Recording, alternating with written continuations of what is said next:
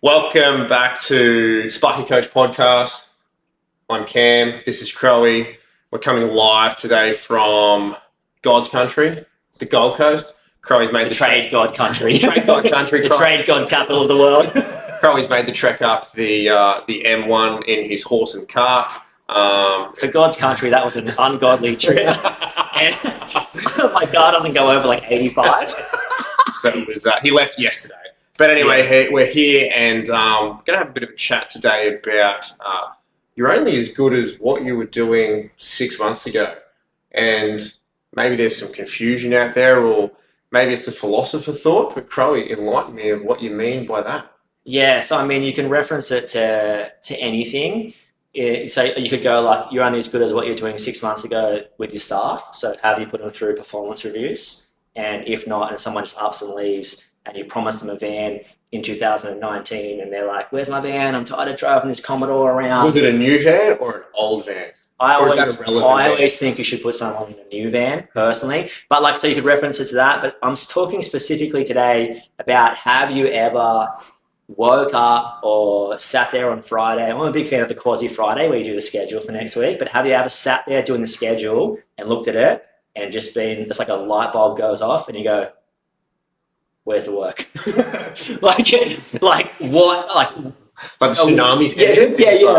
Yeah. It's just like, where is it? And I think every Sparky out there can relate to this, and every tradie can relate to this, and any sole business owner can relate to this. You wake up one morning and you're like, "What happened?" We were so busy. We were cooking. We were on fire. And I was running around and doing big days, and I was up till late night. I remember my first experience with this large government job. The guy was like, it was one of our first jobs, this 320 grand government housing job. Yeah, decent one. And I was super stressed, but I had someone on the inside give me the prices and things like that. So it's all about who you know, not about what you know. Yeah. And I sat there. In some industries, that's really illegal. But anyway, we'll move on.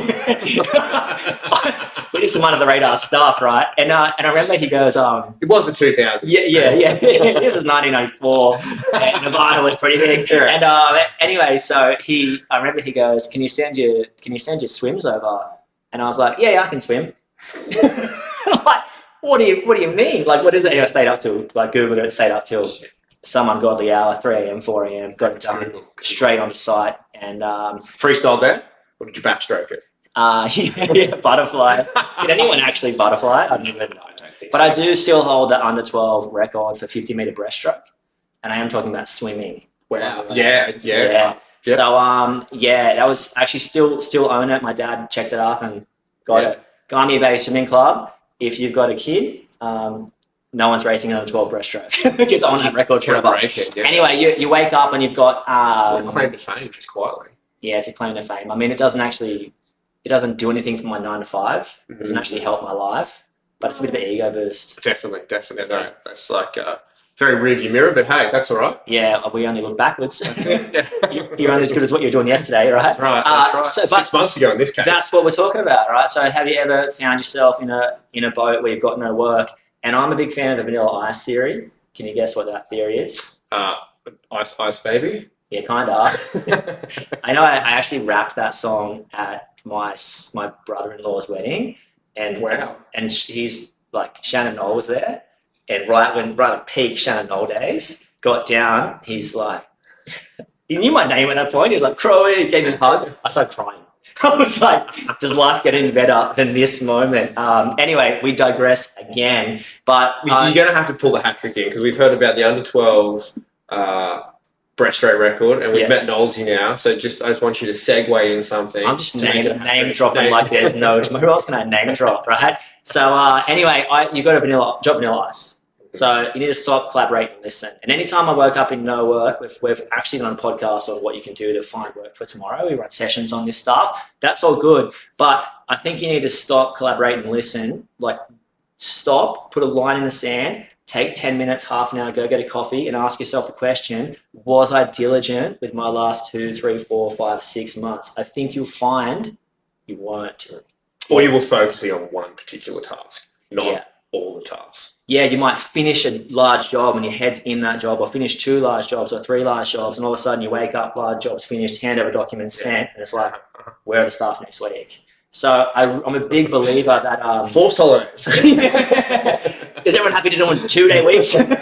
I mean, you got that option, of course, that option, but you'd rather not land yourself in that position. And I think as a business owner, you have to have your feet planted firmly in the moment, but you also have to be teleporting into the future. So you have to be like, here I am, what can I do today to be present? You want to be present, but you also want to have your head 3 months in advance. I remember the classic example, Elodie made this spaghetti bolognese and put it in the freezer.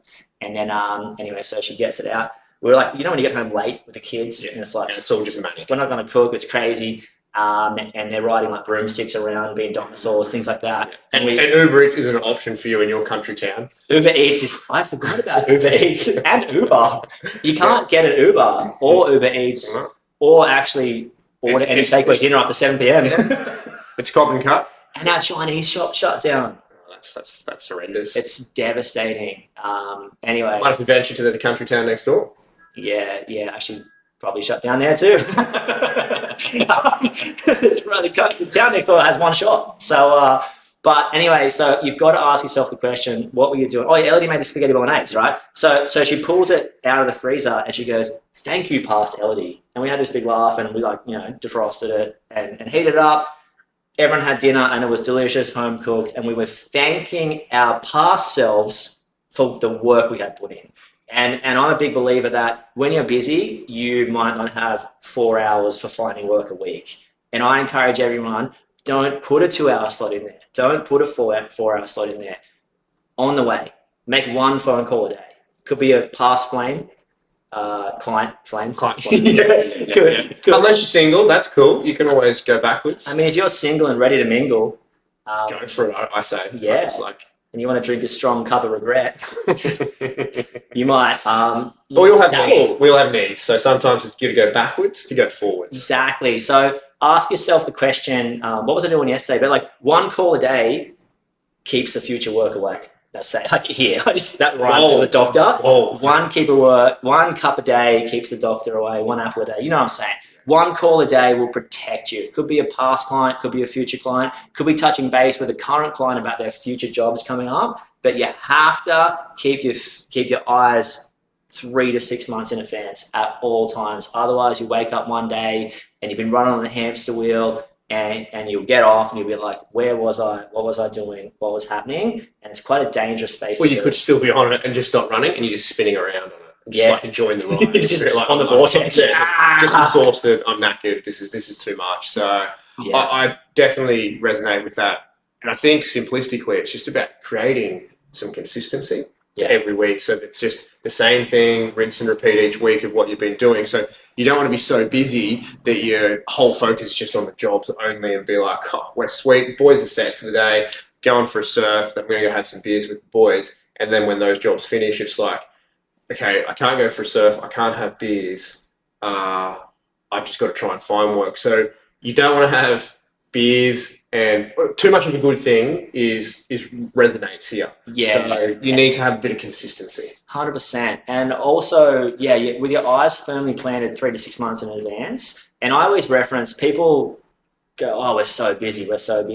And I like to flip the script and be like, okay, how many staff do you want? Most of the time people go somewhere around there. I believe it. We say this a lot. One person's management capacity is, depending on their jobs, but probably 10 to 12 staff members, a couple of admin. That's probably, you can handle one person before you boost into operation land and pay someone to do your job. And if you can't define your job at that point, you find yourself really lost, because it's like, how can I pay someone to do what I do when I don't even know what I do? So that's why it's good to get organized. Professional coffee drinker. Professional coffee drinker. Before 10, and then professional beer drinker post 10. Post midday.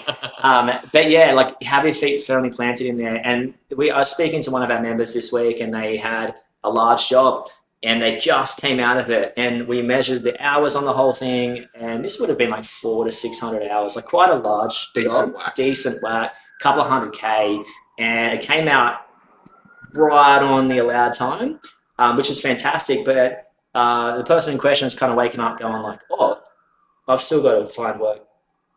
Where are we next week? 2 weeks. Because your head can be so wrapped up in that, let's get it done. And we had to look through, I'm a big numbers person. We had to look through like the last 4 weeks. and we recognise we've done X amount of hours here, X here, X here. We're giving them to subcontractors. We're saying no to jobs. We are putting jobs into the ether, 2 to 4 weeks in advance, and we're kind of letting people down. And I was kind of asking a couple of questions. I was like, what would you do differently about the job? Yeah, of course, but about yourself. Yeah. And we recognise that job being at like 400 to 600 hours, he could have employed someone, that's the home base, got his feet in the finding work situation, found more jobs, and kind of use that large job as a home base, as momentum to push into what he wants to do. Because like I said, your reference of busy, if you're busy at 2 or 3 people but you want 10, then your reference of busy has to change. Because it's like, well, if you want 10 people, like if I threw 10 staff at you right now, you wouldn't be busy.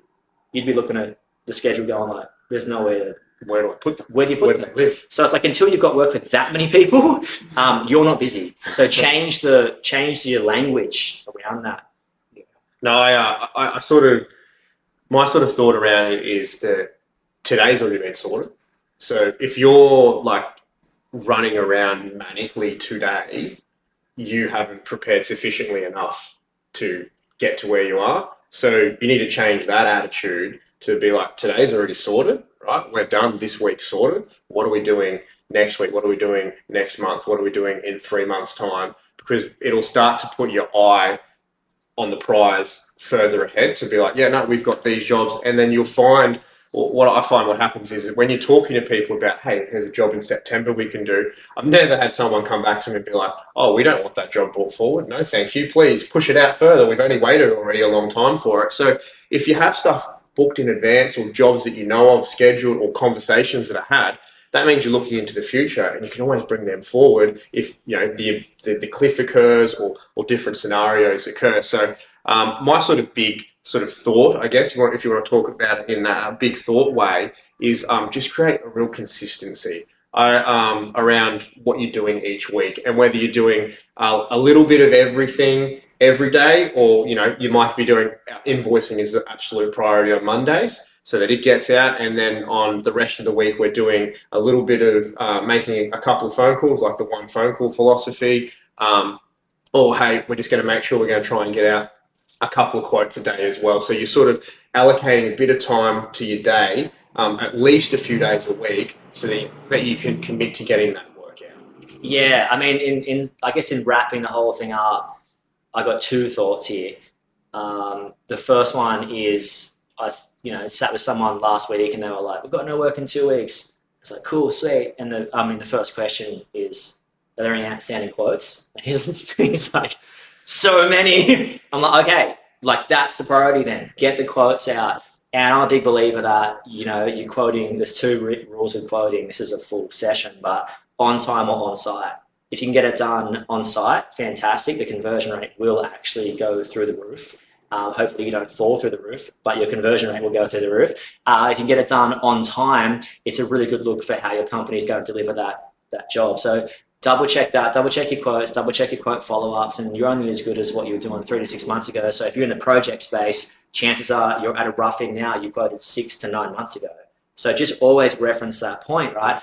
And my second thought is to timestamp this session. We are in July 2023. So we know what's coming up, October.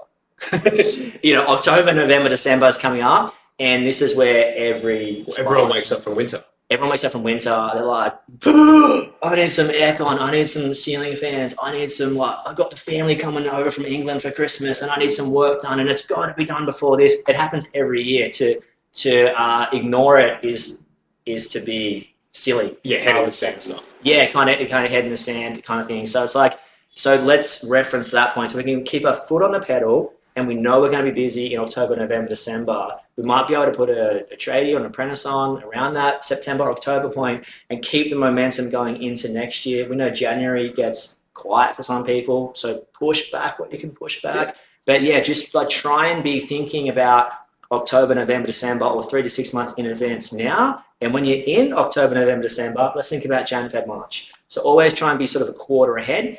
And that's my sort of final wrap up. What would you say if you had one shot, one opportunity to wrap it up?